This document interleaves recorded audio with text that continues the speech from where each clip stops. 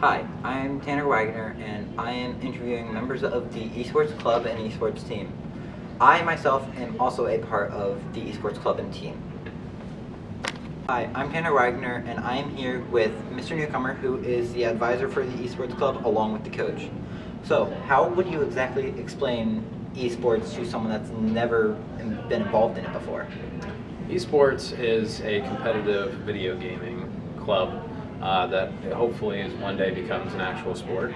But yeah, it's great. We have our own lounge up where the old cafe was. And so we're kind of preparing that space. Right now we have 6 computers, PCs that are available to play all sorts of games. So it's good for anybody. Anybody that likes video games, come out and play competitively. Another question is, what games have you guys played in competition, and what leagues are you in? We have played Rocket League so far. We start Marvel Rivals tomorrow.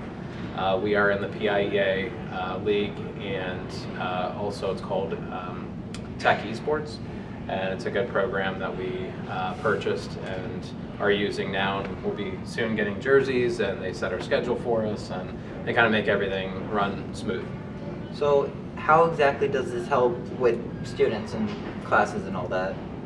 So I think it definitely pushes some students who may not want to go out and do like a physical sport outside, or kind of gets them competitive in their own way. And so I think it hits a whole different group of the student body, which is fantastic. And we have about 25 members, all playing really different games and sometimes even the same games. So it's been successful so far. Is there any way that the people in our school could watch these matches at home? Yeah, so there's actually a streaming service, the PIEA streaming service that they use. It's right on Discord. We can send the link out, maybe along with this video, just so that the student body would be aware and they can see your school play against other schools around Pennsylvania.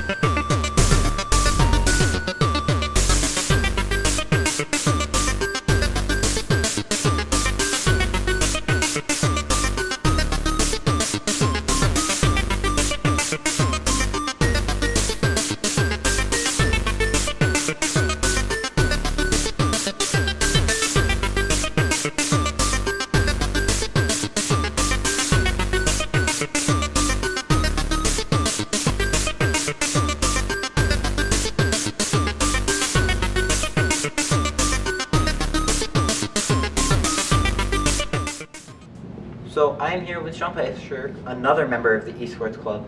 How exactly would you explain esports as a sport to those who wouldn't really understand it? It could count as a sport because for other sports like football and stuff, there's a lot of teamwork and thinking for each thing. So that would be a good way to say how it could be a sport. So another question that I have is, what is your favorite part about this club at the moment? Destroying other teams. Anything else? And playing with my friends. Thank you.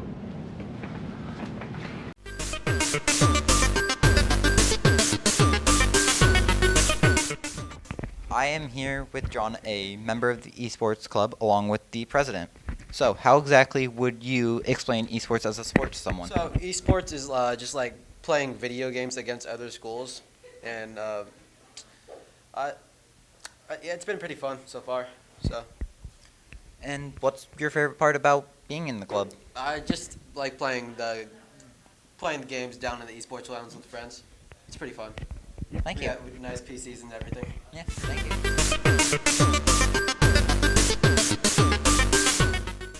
I am here with Sawyer, Xavier, and Cameron Williver. So, how would you guys explain esports as a sport to someone? For me, I would explain it like just gaming competitively, not just in your leisure time. You're playing to win and have fun with your boys. But Yeah, I agree with Swear. You also like practice a lot, like in sports, you practice and you try your best and you work with teammates to win.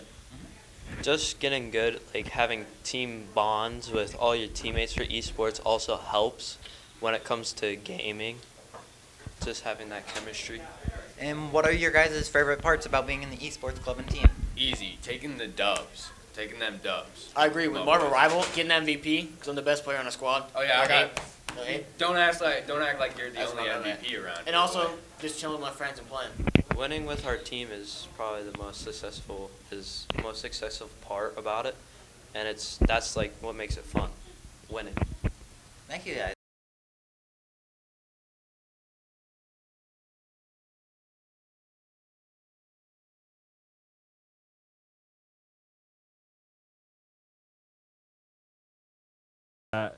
We thought we were going to have to reshuffle and replace me, but oh my goodness. Nothing can replace the action you get here at PIEA. That's already an open net miss here in the first minute. They haven't quite added woodwork pings to the game yet. Giving yourself that advantage, you can see what kind of effect that can have on a team with the right mindset. But at 2v3, already looking to cause some issues here. Montgomery area are able to equalize. Absolutely salvage as many as you can here because you're gonna need them. I hate to say it, but you're in a 3v2. You're gonna want to keep this gap as close as possible so that both teams have an equal chance when that 3v3 does come to the pitch. Montgomery area 1, they grab a nice one off a kickoff goal. To expect here, Ari, if it's a goal that just happens to go in by surprise, you have those questions whether it's against your own side. It wasn't. It was a beautiful goal there. Coming from I don't want to. Montgomery area reset here to square one. They were able to get themselves their first goal quick as a response to Homer Center. Icy by name, icy by nature here. They have been responding. They're doing it pretty well. And here may be a chance it's a double off the right post. You know, you kind of just call it as Sprucing it is. up a little. Yeah, gotta give them. Just like that last goal to it being a drop in the ocean. 1 goal out of 6 here. It's been a high-scoring affair, but we've got to remember here, every single one will live another day here from their own defense. Grunt Gauge, they could try and send that one out. Instead, finds a teammate, Icy Falcon here. It's another infielder. Look to find a Montgomery area player there. Now that clock plays such a huge factor here. The 4th player, you could say here, for Montgomery area. 5th goal would surely secure. They were a player behind. Homer Center ended up leading the scoring. Montgomery area were just constantly forced to respond. But once they had that 3rd player on the pitch, believe it or not, Ari, that made all the difference. All of a sudden, the scales started to tip in their favor and quality shown in that first game from Montgomery area. But I do want to comment on the quality in their names as well. I mean, Scoliosis games, I just think that's genius. That's pretty good. But there are definitely some other competitors here, both within their names and amongst themselves, because we did see some good signs of promise there from Homer Center. It's just with Montgomery area, once they do get an attack, they are such a hard team to stop once they're rolling, and already seeing the first goal here from Icy Falcon.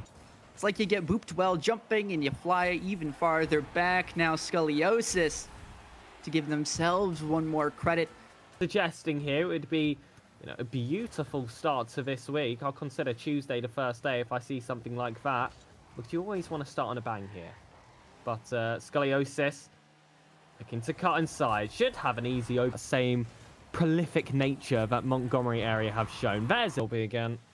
Another defense to try and hold out for here by Montgomery area. But however, caught on a counter. But a lovely little beat here. I mean, if Kronos really is the Kronos from mythology and all that stuff, they can easily fast forward time, tell you what the result of this game is going to be, and then come on back, play their part. Want a little bit of afters and managed to pick up the ball this time. And Icy Falcon, again, just finding the ball over a defender. This time it's 2. Else, if one more goal were to go the way of Montgomery area, which it does.